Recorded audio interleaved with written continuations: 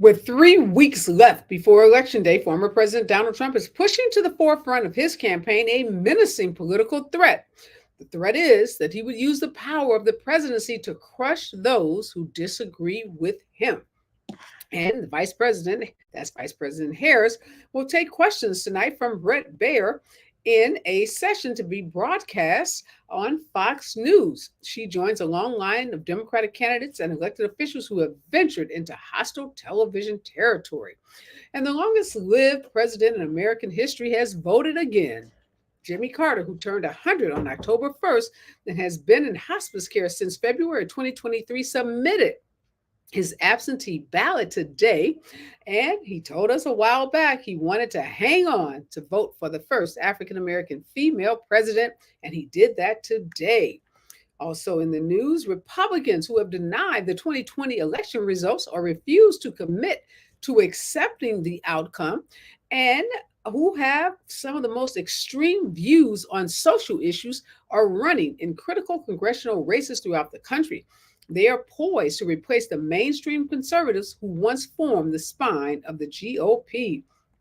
And somehow, former President Donald Trump declared himself the father of IVF. That's in vitro fertilization.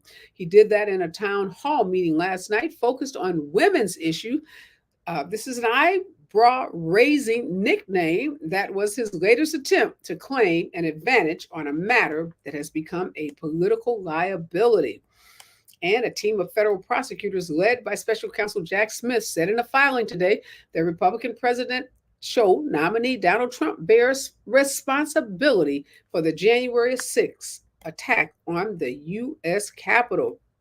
And new fundraising reports detail just how much Democrats in competitive congressional races benefited from a wave of cash that flooded their campaigns after VP Harris ascended to the top of the party's ticket, leaving Republicans scrambling to stretch their money in the election's final weeks. Democratic House and Senate candidates raised eye-popping sums from July through September. Now, this is according to new reports filed with the FEC. This is the news of the day, and this is Areva Martin in real time, and I'm your host, Areva Martin. This is your one-stop destination for today's trending news, expert analysis, and my unfiltered opinions. This is hour 2 of Areva Martin in real time, and this is the hour where we go a little deeper, where we dig behind those headlines and bring you those stories that people are talking about. Well, if you've been watching cable news, the story that people are talking about, at least the story on the news, is black male voters. And what are black men going to do in this election cycle? Donald Trump told them, come on over to my side. Come on over to the Republicans. He said Democrats have been taking black and Latino voters for granted. He said they opened the borders and they let in immigrants, and those immigrants are taking black jobs and Latino jobs. And he says, I have the solution. And that solution, according to him, is voting for Republicans at the top of the ticket, i.e. him. Well, is that an appeal that is resonating with black voters?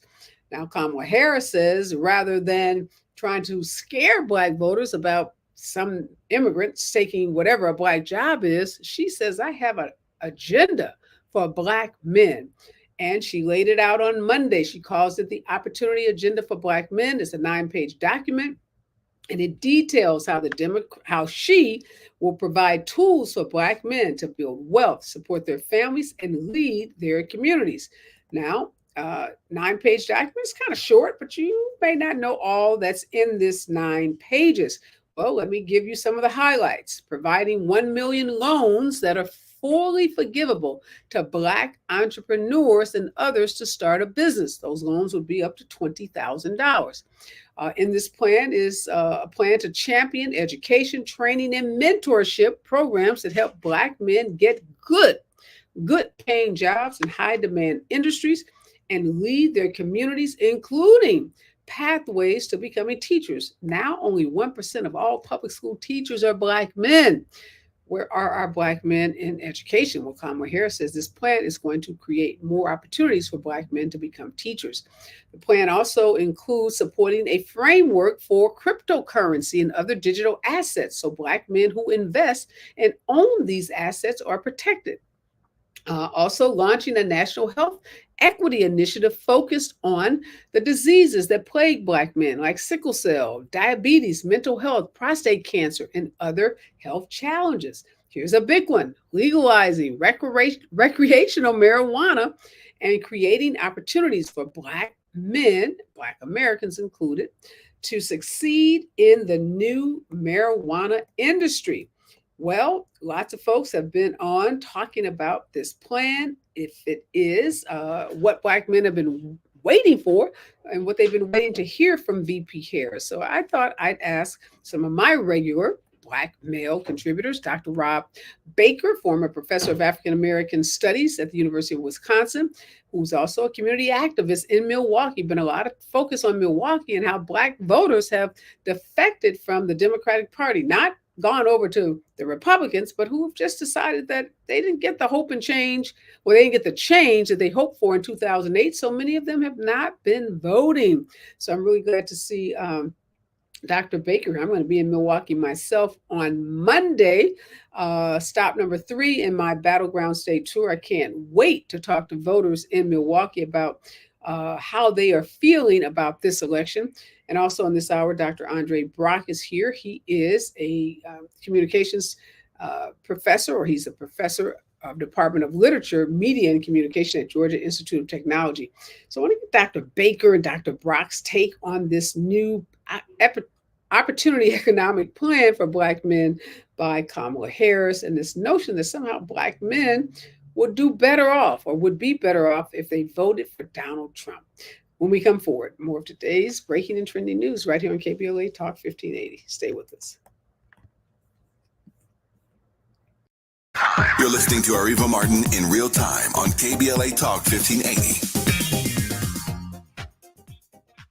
Tabitha Smiley's new book, The Covenant with Black America, 20 years later, is now on sale everywhere. This classic text shot to #1 on the New York Times bestsellers list almost 2 decades ago. If you have the original book, you will surely want to get this 20th anniversary edition. With powerful new contributions from today's leading voices, this 20th anniversary edition presents a compelling blend of historical insights and contemporary urgency in this critical and unprecedented election year. Get your copy of The Covenant with Black America, 20 years later today.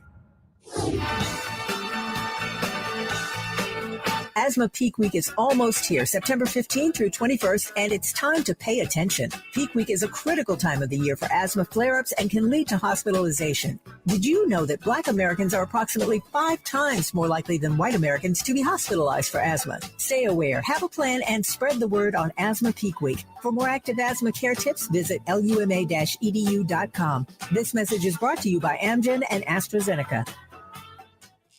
King C. Gillette knows you're dedicated to your barbershop routine. But what about after? What's your routine for facial hair to avoid dry skin, itching, and beard rough? Well, the King C. Gillette Beard Oil is a perfect fit for making your beard feel as good as it looks. It softens your facial hair and moisturizes to help prevent itch due to dry skin. Get facial hair that feels as good as it looks. Just trim, wash, and soften. With King C. Gillette. We're thrilled to announce that the Dear Future Wifey podcast is now available on the Urban One Podcast Network.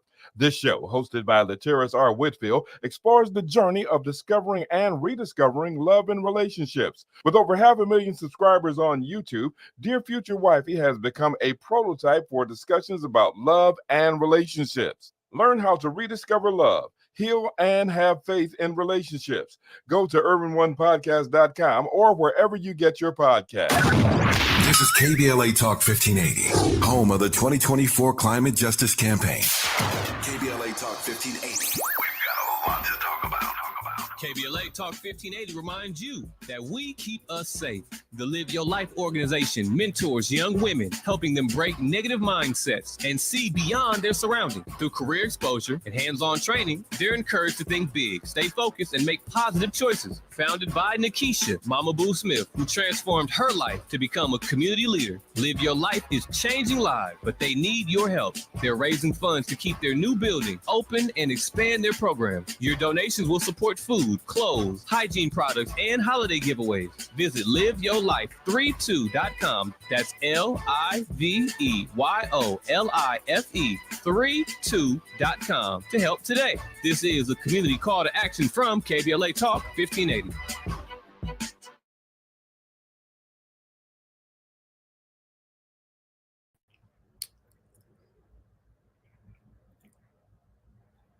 We are back, and Dr. Rob Baker is with us, as well as Dr. Andre Brock, and we're talking about the new economic plan rolled out by VP Harris on Monday, targeting Black men. Okay, Dr. Brock, let me start with you. What do you think of this new plan?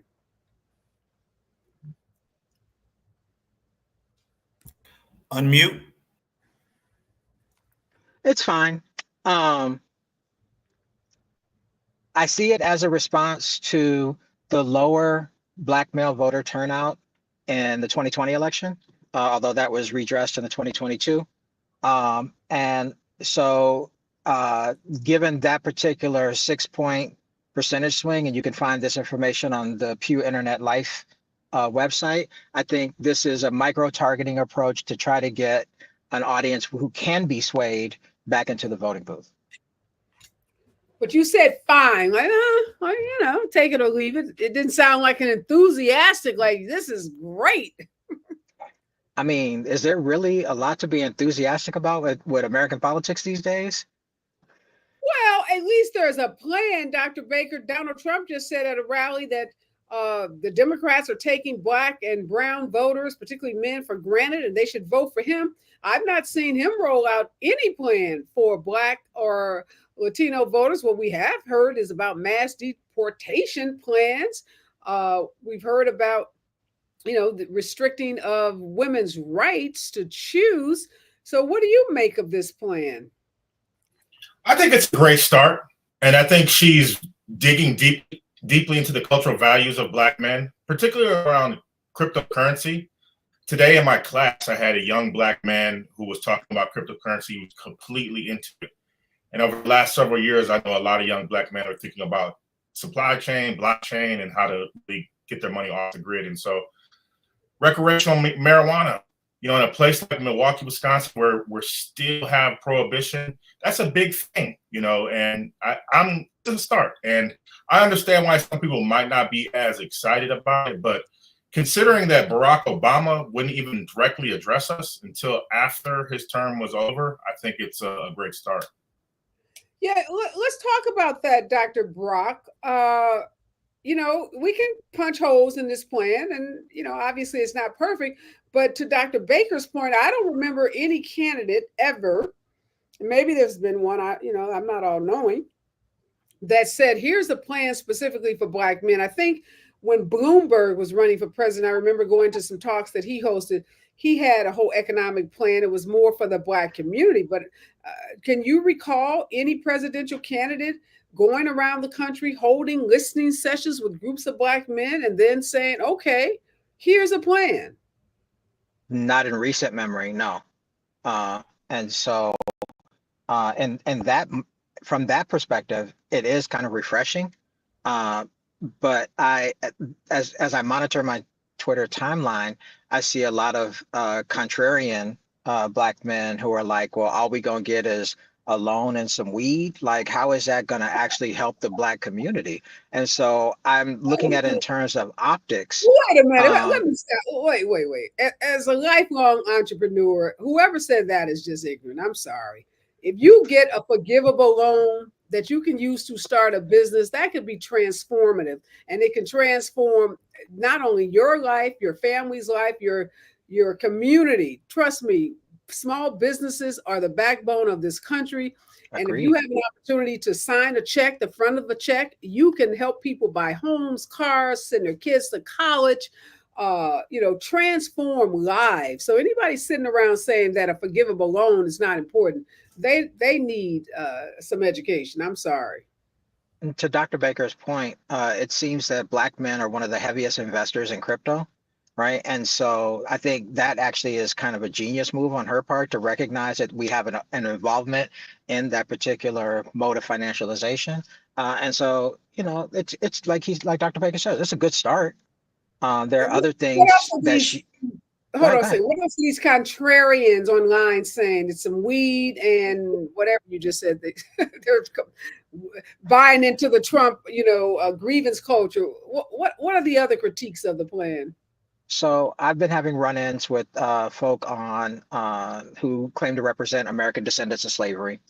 Uh, and so they are at the forefront of critiques of the Democrats in particular. They've started to come out more strongly against the Democrats, as saying that Black voters should turn to Trump because Trump offers more without taking Black folk for granted. And so at this point, I'm seeing some of this contrarian views that are completely divorced from appropriate critiques of whether or not the Biden-Harris administration is supporting genocide. They're basically turning to older economic arguments, saying that this government, as every other liberal government has done, is not focused on taking care of the Black community, right? But centering it in a kind of men's rights rhetoric that makes it even more kind of pointed, but also really kind of vicious. Well, misogynistic. And when they say that Black voters should turn to Trump because he doesn't take us for granted, what has Trump offered, Dr. Baker, to the Black community other than to denigrate us every opportunity he gets? Like when he's in Detroit saying that if he loses, all of America becomes like Detroit, which is 77% Black, which we know that was code for all of America becomes a shithole like Detroit. So what has Trump offered, and this African-American descendants of slaves, shorthand ADOS, they have problems, so many problems. I mean, we have to have a whole nother show on them. But what, Dr. Baker, has Trump offered to Black people? I didn't know we could cuss on the radio, but that's another story. That's another story. Yeah. I mean, Trump, to be fair, at the end of his term, he did do some things around expunging records and letting some high-profile rappers out. I think there's a lot more can be done. And I heard from a birdie inside the White House that Biden is going to make a play. And today, legendary drug dealer turned entrepreneur Big Meech was actually let out, which I think a lot of Black men are going to be paying attention to, particularly people like myself who are on the margins of the drug economy, the underground economy. But yeah, I mean, the thing is, Donald Trump, any Black man that... Well, let me stop you and ask you this. So, okay, Trump did pardon some high-profile rappers. How did that help the community?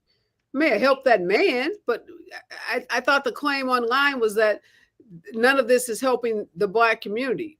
And so that's what I'm trying to be balanced here. What is the Trump plan for Black people?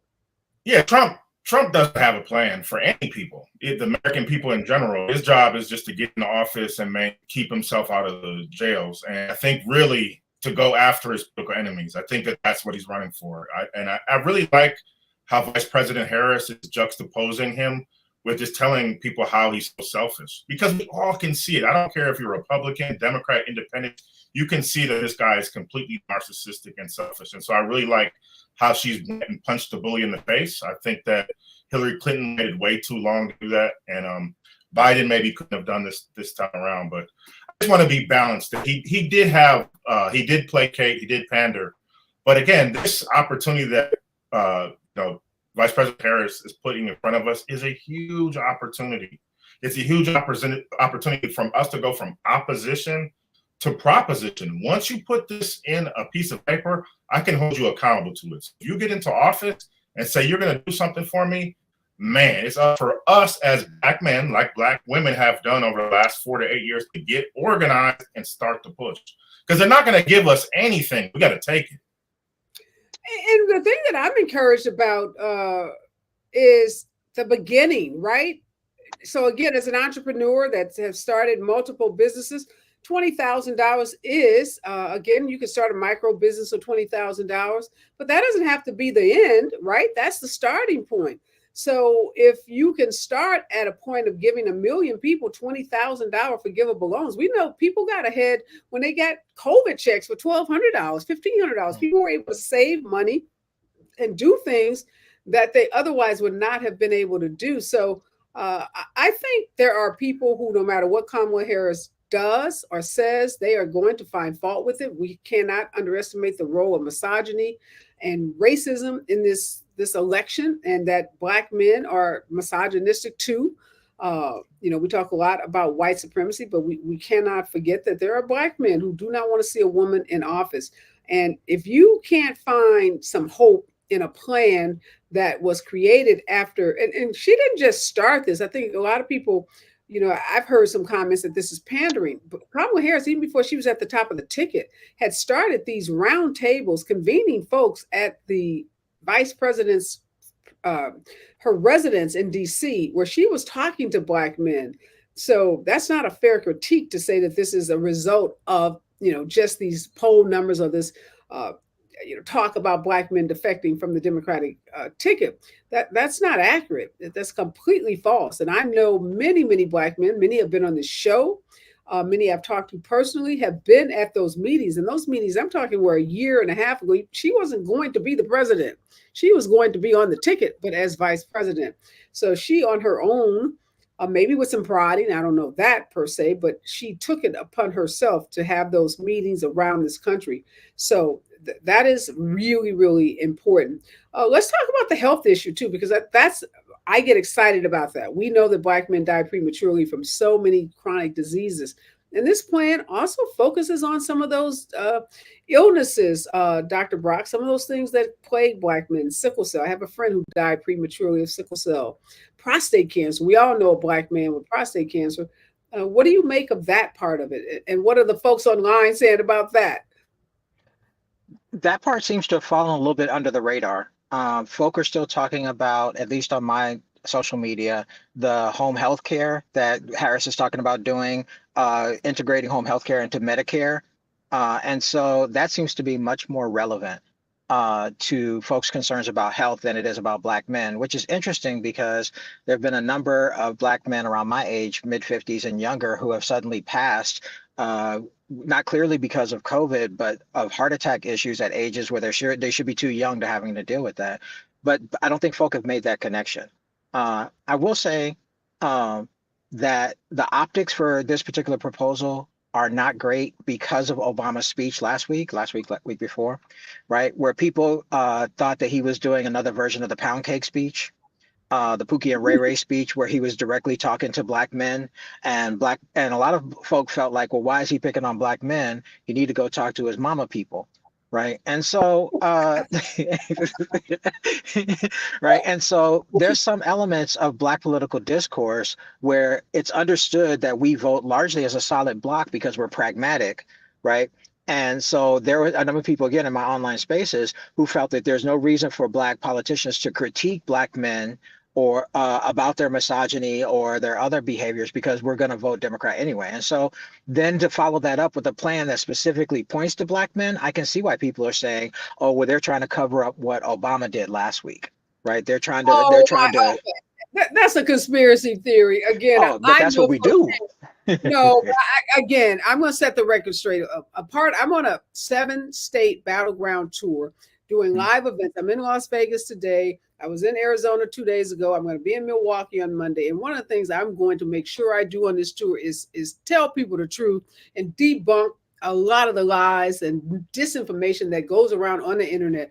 It is absolutely positively a lie that Kamala Harris introduced this program to cover up or somehow, make excuses for what Obama said in his speech. That is categorically false. And anybody that believes that, please don't, because it's not true. It's fake news. It's fake. It's just not accurate. Now, what Obama said is what Obama said, but this plan was in the works, again, because of a year plus campaign that she has been on, trying to better understand what Black men wanted to see out of the Democratic Party and to address the concerns that Black men were voicing, that they felt like they were being taken for granted.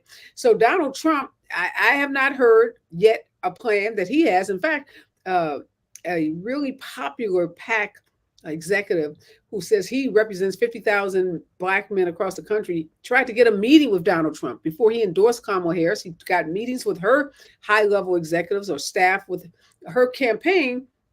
Said Donald Trump offered him a 5-minute photo op. That was it.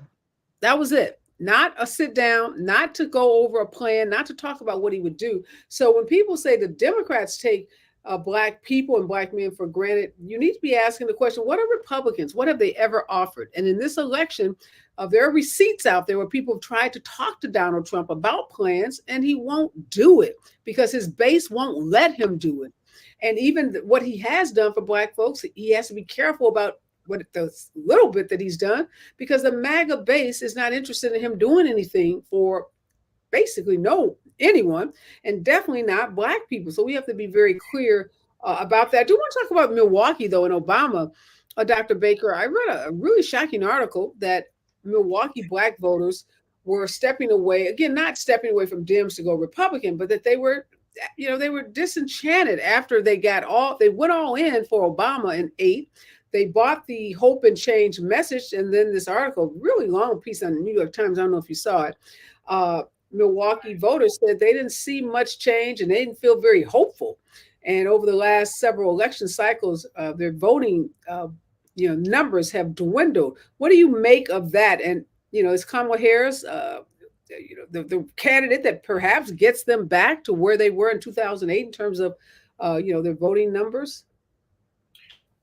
Well, I spent a lot of time talking about this and studying it, and I've been working in Milwaukee now on the grassroots since 2004. I've basically run organizations that have knocked every single door in Milwaukee. And I think there's two things that people aren't talking about. Black folks in Milwaukee are moving to the suburbs. So there's less Black people even in the neighborhood that used to traditionally be Black. And people aren't talking about that's happening all across the Midwest as Black social mobility rises. Our incomes are rising. There is a disparity between, Black communities in terms of class, but a lot of Black people are reaching middle class status for the first time.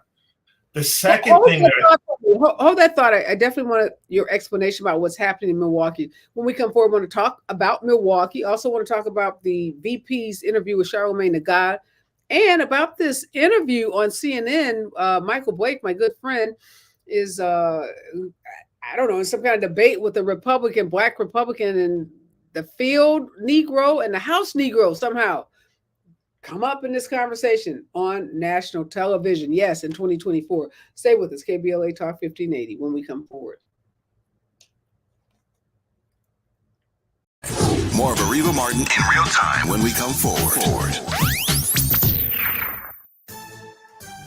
I'm Amber Payton with 4 things you should know from BIN News. Vice President Harris is seeking national legalization of recreational marijuana. Speaking with the Breakfast Club host Charlamagne Tha God, she discussed her progressive prosecutor record and collaboration with President Biden to reclassify cannabis. New York City is closing illegal cannabis shops and seizing unregulated products. Mayor Eric Adams reported the closure of over 1,200 illegal locations and the seizure of 1,200 pounds of untaxed vape products totaling more than $80 million since May. The trial for Brandon and Gregory Cates, accused of shooting at a Black FedEx driver in Brookhaven, Mississippi, has been postponed. Judge David Strong announced that a new date will be set by attorneys. Their 2023 trial ended in a mistrial due to evidence tampering by a police officer. And the Super Bowl is headed back to Atlanta. The NFL announced that Super Bowl 62 will be played at Mercedes-Benz Stadium. This will be the first time Atlanta will host the big game since 2019.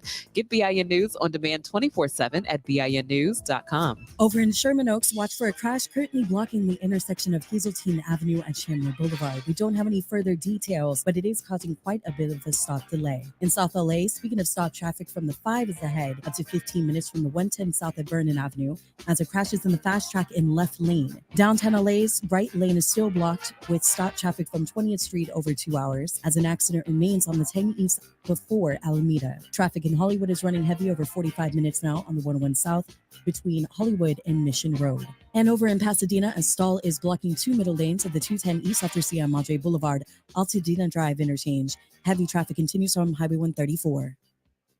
Hi, I'm Kyle at Blindster.com. At Blindster, we offer custom-made faux wood and real wood blinds and shutters, cellular shades, Roman shades, bamboo shades, exterior shades, and more, all at factory direct prices. Don't pay too much for new blinds. Go to Blindster.com. This is the KBLA Sports Minute with Ray Richardson.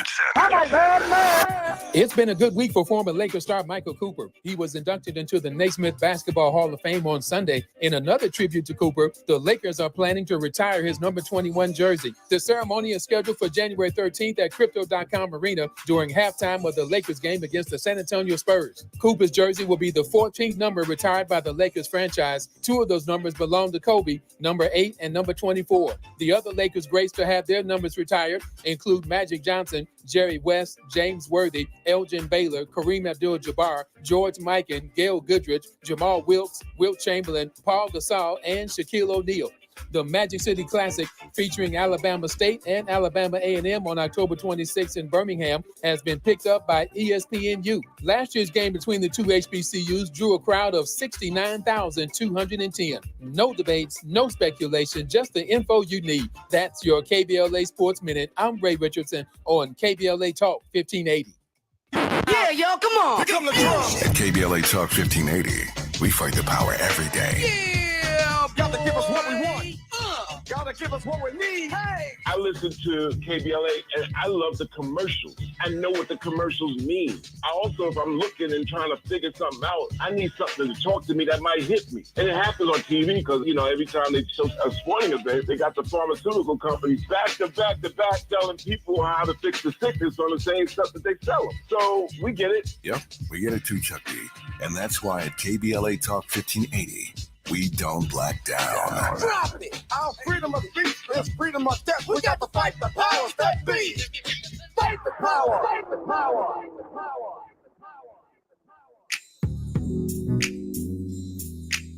Tips to help improve basic steps for building a budget in 2024. Building a budget can help you achieve and reach your financial goals. With a budget, you can keep track of your spending, avoid and get out of debt, limit overspending, pay bills on time, and build solid savings habits. What's the best way to get started? Figure out how much to set aside for expenses like rent, mortgage, bills, groceries, and entertainment. Understanding your past financial habits can help you make the proper adjustments for your budget. Adjusting to a budget can take time as you work to find the right balance, but keep working on it. For more financial health tips, visit chase.com or stop by a local branch. This segment is sponsored by JP Morgan Chase & Company.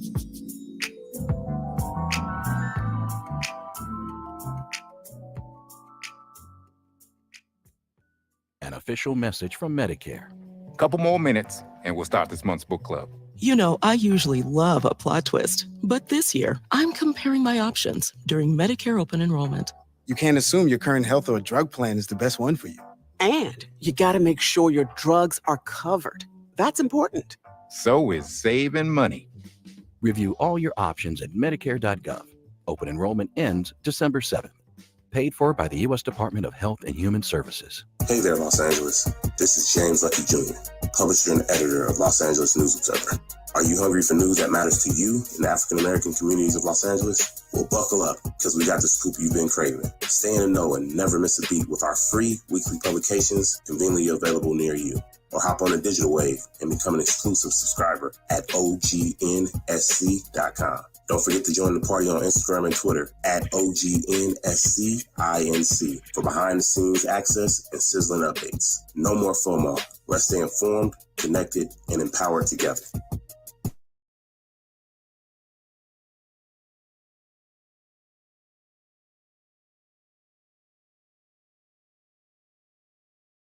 Joining me as well as Dr. Andre Brock. We are 21 days away from what some say is the most consequential election of our lifetimes. And there's a lot of focus right now on Black male voters and on the swing states, the critical swing states. Dr. Baker is a professor at the University of Wisconsin at Milwaukee. The New York Times did a big piece on Black voters in Milwaukee, and the piece concluded that Black voters were disenchanted with the democratic process after going all in for Barack Obama in 2008. They said a lot of promises were made by the Obama presidency that weren't fulfilled. Now, Dr. Baker is setting the record straight about what really is happening in Milwaukee. I'm going to be there on Monday, so I'll get to meet and hear from some of those critical voters as well. But Dr. Baker, so you told us one issue that's driving voter turnout or lack thereof, or whatever dwindling number in Milwaukee is related to Black folks becoming more middle class and moving to the suburbs. What's the second reason we may see a slight decline in Black voters in Milwaukee? Well, I think the reality of it is in states like Wisconsin and Michigan and the Midwest, the Democratic Party is still run by like crunchy white people, you know what I mean? Who don't have connections to the hood. And so from someone who's done campaigns for a long time, the campaigning is bad. You know, the campaigning is bad. The strategy is bad. They don't bring in the right influencers. I heard today that a Black men strategy is going to happen at the end of the month, you know, which is 5 days before the election. And you heard what's coming up on you? Well, I heard, I got a call today to come to a Black men event that was supposed to be today, but is moved to November 1st. Oh, I got you. You know, they're cutting it right to the wire. And I think a lot of that has to do with that. There's this really strong activist class or consultant class that has really cut out grassroots voices. And so at the same time that we're saying that Black people aren't voting, Milwaukee has elected a Black mayor for the first time, Black county executive for the first time. We have a Black sheriff, a Black police chief. And so we are voting. It's just that I think, unfortunately, the Democratic Party, outside of the candidates, haven't done a good job of running real strategies that we appreciate. And it's a struggle. I'm not mad at the candidates. I'm mad at the party. And I think whatever happens at the end of this election, we have to do something in the party that doesn't continually make a group that's going to vote at least 70 to 80% for the candidate, the victim. Or the protagonist, the antagonist. We got to stop doing that. And I think that Harris and the people that surround her are going to do that. I really do. I believe in that. Well, I'm encouraged too. I mean, again, this Black opportunity plan for this opportunity plan for Black men, I think, speaks to a commitment that Kamala Harris has. We have to remember she got in this race as the top of the ticket at July 21st. So in 70 days, I mean, she has raised $1 billion. She has brought this party together. Candidates running for House and Senate seats have seen just unprecedented amounts of money pouring into their campaigns. And before the switch between Biden and Harris, those campaigns were, just really suffering. So, I mean, she has done so much already to energize the party. Let's talk a little, Dr. Brock, though, about the interview with Charlamagne the God. Again, this focus on Black men. So she's going to go into Detroit and do this interview with a popular radio host. What did you make of the interview? One of the questions he asked her was that she often is accused of being scripted, not being comfortable answering questions unless she's teleprompted, that she repeats herself. And I thought she had a really brilliant answer for the question about being repetitive. But what did you think of the interview overall?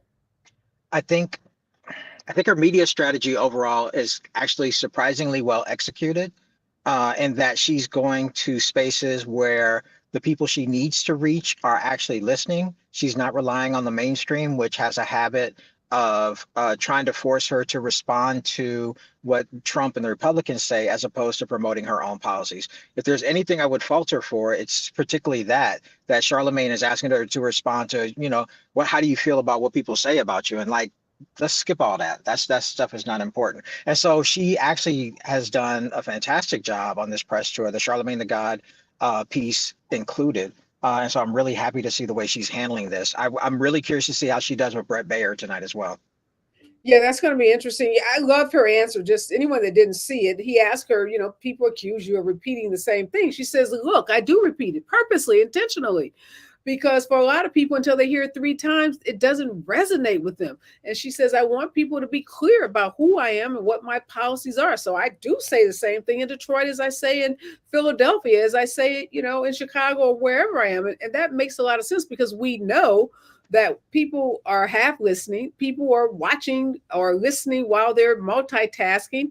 And it is important that her message, again, given what a condensed time period she had for this entire campaign, that she repeats it and that people are clear, because you still hear people stating things about her that aren't true. So I just thought that was really important. And as a lawyer, she's a lawyer, I'm a lawyer, we're trained. That's a part of our legal training, is when you're giving oral arguments in court, is to find ways to repeat yourself over and over again, particularly if it is an important point, because people will remember it if they hear it a couple of times. All right. I don't know if both of you saw this interview that was on CNN with Sarah Steiner. She's an anchor in I think it's a morning, one of the CNN morning shows. But Michael Blake, good friend of mine, used to be a former state rep in New York. He now runs like a grassroots consulting firm or something. He was on with this guy. Rob, help me get this guy's name, because I watched it so quickly. I didn't really get the guy's name, but he's a radio host, a conservative Black radio host. And Dr. Brock, I think you sent me this piece. I hadn't seen it. I've been on the road, so I haven't been watching much cable news. And the guy makes a reference and said that field Black men are going to vote for Donald Trump and house Black men are voting for Kamala Harris. And he was making a distinction. And Michael Blake was like, what are you talking about? And so was the host, Sarah, also a friend of mine. And, the reference he was saying, he says, like, real men that make stuff with their hands, like plumbers and painters and construction workers, we're going to vote for Donald Trump. And then, like, people who don't make anything, that it would be the two of you that teach, college and, white collar professionals, you all are voting for Kamala Harris. And Michael and Sarah were like trying to be as polite as possible and just not go ballistic on this ridiculous reference. But what did you make of that, Dr. Brock? Obviously, it I don't know, triggered you. I'll use that word because you sent it to me to look at. It struck a nerve, in part because I'm actually talking to one of my line brothers over text while we're having this interview. And his feeling is that type of information only happens on Twitter, that type of misinformation, that type of positioning. And I keep trying to tell them that's stuff that people are hearing outside of Twitter, on Fox News, these conservative Black radio hosts, the relationship podcast industry, other podcasts that promote these things. And so I appreciate the clip in part because it exposes that misinformation is above and beyond social media, right? And it's egregious. Right. The idea that you want to separate people into field Negroes and house Negroes. Right. But I was surprised at his definition that a field Negro was a plumber and a house Negro was a professional. And then when they pushed him on it, Dr. Baker, he says, well, don't blame me. This is what Malcolm X said. And you all didn't jump down the throat of Malcolm X. So he tried to tie himself to Malcolm X. I think his name is Shelley Winter. Is that his name? He has a radio show. Did you see the clip, Dr. Baker? I saw it briefly, and this is a false dichotomy. The Uncle Tom Cabin was written by a white woman. You know what I mean? All these tropes are from white people. Can you imagine how horrific it would have been to work inside a house during slavery? Every single day you got a white man or white woman or white child breathing down your neck. This is an absolutely false dichotomy that we've got into. And yeah, Malcolm X, he definitely used it. I've heard my other nationalist brother used that, but the reality of it is no, it's ridiculous. But I really agree with Dr. Brock here. There is a misinformation campaign that's going completely out of control. And a lot of it has to do with the fact that there are not Black media outlets. The scale of Black media outlets are smaller than they've ever been. People aren't looking at the Courier. They ain't looking at the Defender. And they're not looking at BET Teen Summit or Rock the Vote on MTV. And unfortunately, this is having a huge effect on our young people who are not getting civic education in our high schools. They don't know about the Constitution. They don't know about the different branches of government. They're well-intended young people, but we have intentionally misinformed or uneducated our youth. And whatever we do, we have to embrace our young people, tell them the truth, and really get them involved in civic education. Let's start by telling them that under Project 2025, we would do away with, or Donald Trump and Republicans would do away with the whole Department of Education. So we know that this miseducation of students is happening very intentionally. The wiping out, the complete erasing of Black history is not happening just kind of casually. It is a part of a concerted effort so that individuals are not educated. That came up, this brilliant brother, after the presidential debate, Walz and JD Vance. And then JD Vance kept saying, Kamala Harris, she's already in office. How come she didn't do this? And how come she didn't do that? He kept making that reference. And then I forget some cable station, this black guy was, in a focus group, and they went to him and they said, what did you make of that? He said, first of all, let's be clear what the vice presidential powers are and are not. Vice President Kamala Harris had no power to do 99.9% of the things that JD Vance accused her of not doing. She didn't do them because she didn't have the power as the vice president to do them. But that's to your point about, so many people don't understand our branches of government. I try to make that point. I've been making that point on my Battleground State tour, trying to connect the dots, the Supreme Court, the Department of Justice, Black young people who march with Black Lives Matter, that care about police brutality, that want to see police held accountable. Under a Trump administration, he did away pretty much with the Civil Rights Division of the Department of Justice. He shut down investigations of police departments. He said no more. There were no consent decrees entered into under the Trump administration. So if you care about Black lives, if you care about prosecuting rogue cops, you cannot logically support Donald Trump, because Donald Trump wants complete immunity, and the Supreme Court has pretty much given him that, but he also wants police officers to have complete immunity. And if you don't have a federal Department of Justice, and it's not perfect, and Merrick Garland, I think, is one of the weakest appointments of Joe Biden, but Kristen Clark, bad sister, holding it down in that Civil Rights Department. If you don't have someone like her going into these police departments, cops will just run amok. Bad cops, not good ones. We have some good cops, so I don't want to, make a disparaging remarks about all police officers, but young people don't necessarily make that connection, and that's some of that. Again, disinformation out there, and people don't understand the branches of government, and then they make these decisions, and they wake up one day and wonder, how come these cops haven't been prosecuted? Well, guess what? They probably are. Under Donald Trump, they won't be prosecuted because they'll have complete immunity. When we come forward, more of today's news and some of the top stories we're covering, particularly Black men and the vote. Stay with us, KBLA Talk 1580. You're listening to Areva Martin in real time on KBLA Talk 1580. This truck season, think about all the things you can do in a Chevy truck. You can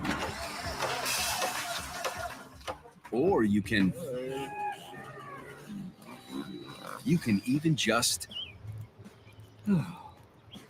with impressive towing, incredible bed and tailgate functionality, and multiple powertrains. Chevy Silverado, the first ever Silverado EV, Colorado and Tahoe have what you need to get things done.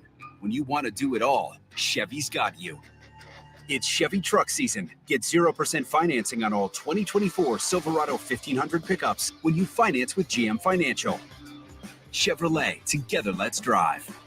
0% APR for 36 months. Monthly payment is $27.78 for every $1,000 you finance. Example down payment 9.3%. Must finance with GM Financial. Some customers may not qualify. Not available with lease and some other offers. Take new retail delivery by 10/31/24.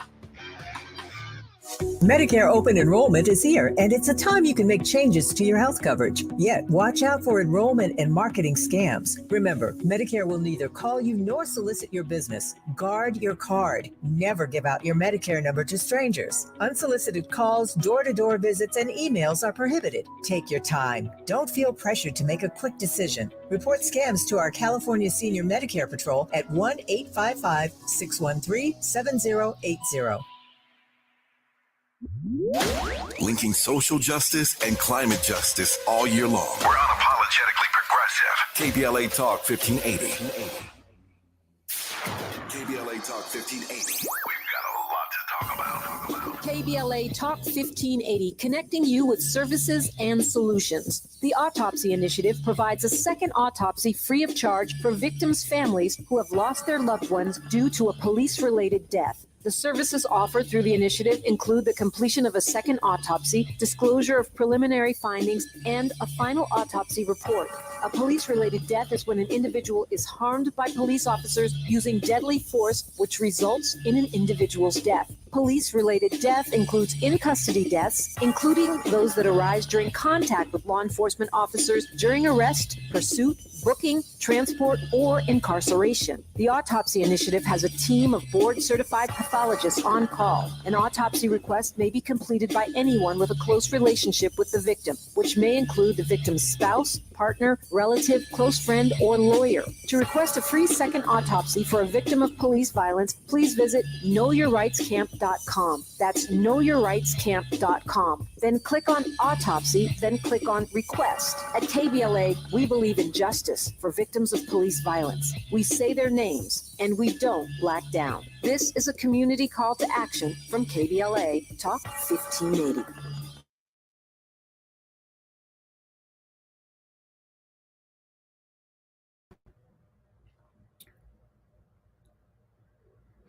All right, Dr. Baker and Dr. Brock, I need some advice from both of you.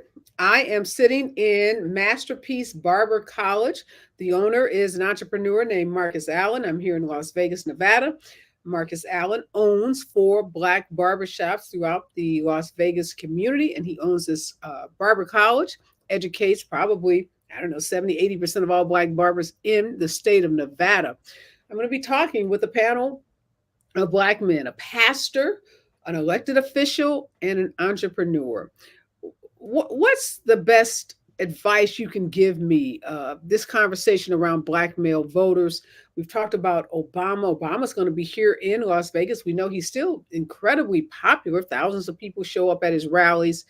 Magic Johnson has been out talking to Black men. They've had a lot of high-profile surrogates. But what is the message that you all think is the best message to be delivering to Black men in this moment? All right, Dr. Brock, I'll start with you.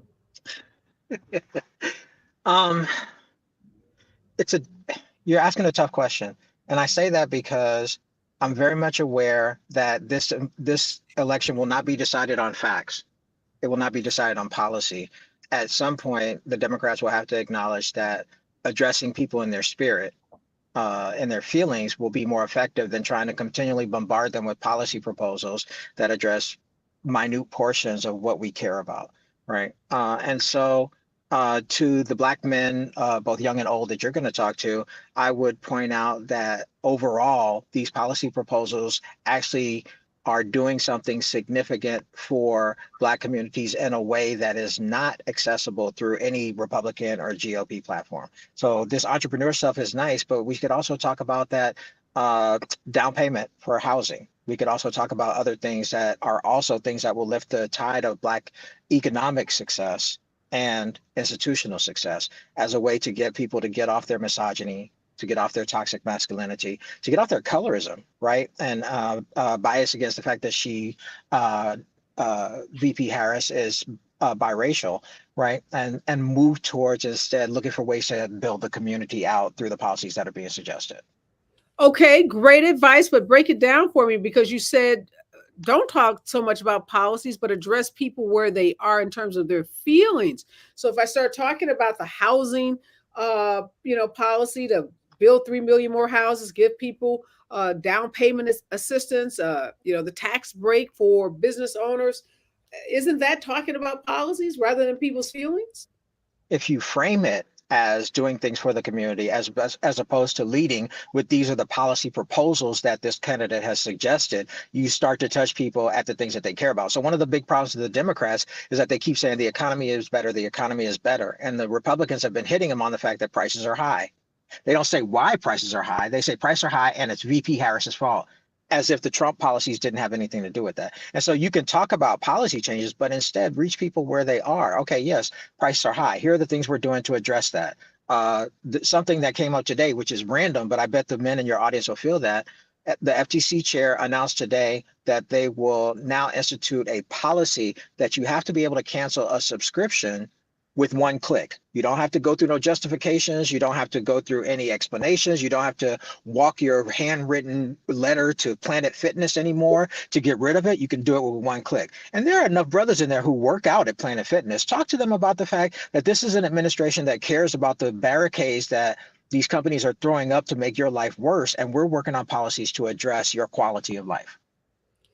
Excellent. Love it. Love it. Love it. Okay, Dr. Baker, what advice do you have for me? Now, I don't know what this room is going to look like. And I heard it's not the NFL great, Marcus Allen. So I don't know. But my sense is that it's going to be older Black men. And in my life, I've had some great Black male mentors, James Lawson, Harry Belafonte, Tarek Ross from the hood in LA. But overwhelmingly, what we see is a lot of older Black men gatekeeping. They get in the way. They don't want to lift people up. They get there and they hold on forever. I know so many 60 and 70-year-old brothers still trying to control the dollars in the Democratic Party. It's ridiculous. And so I would say get out the way. Embrace the young brothers who are less misogynistic, who are less toxic, who are more sensitive, who are more tapped into their mental health, and lift them up. Ensure that they have the resources and the dollars to organize.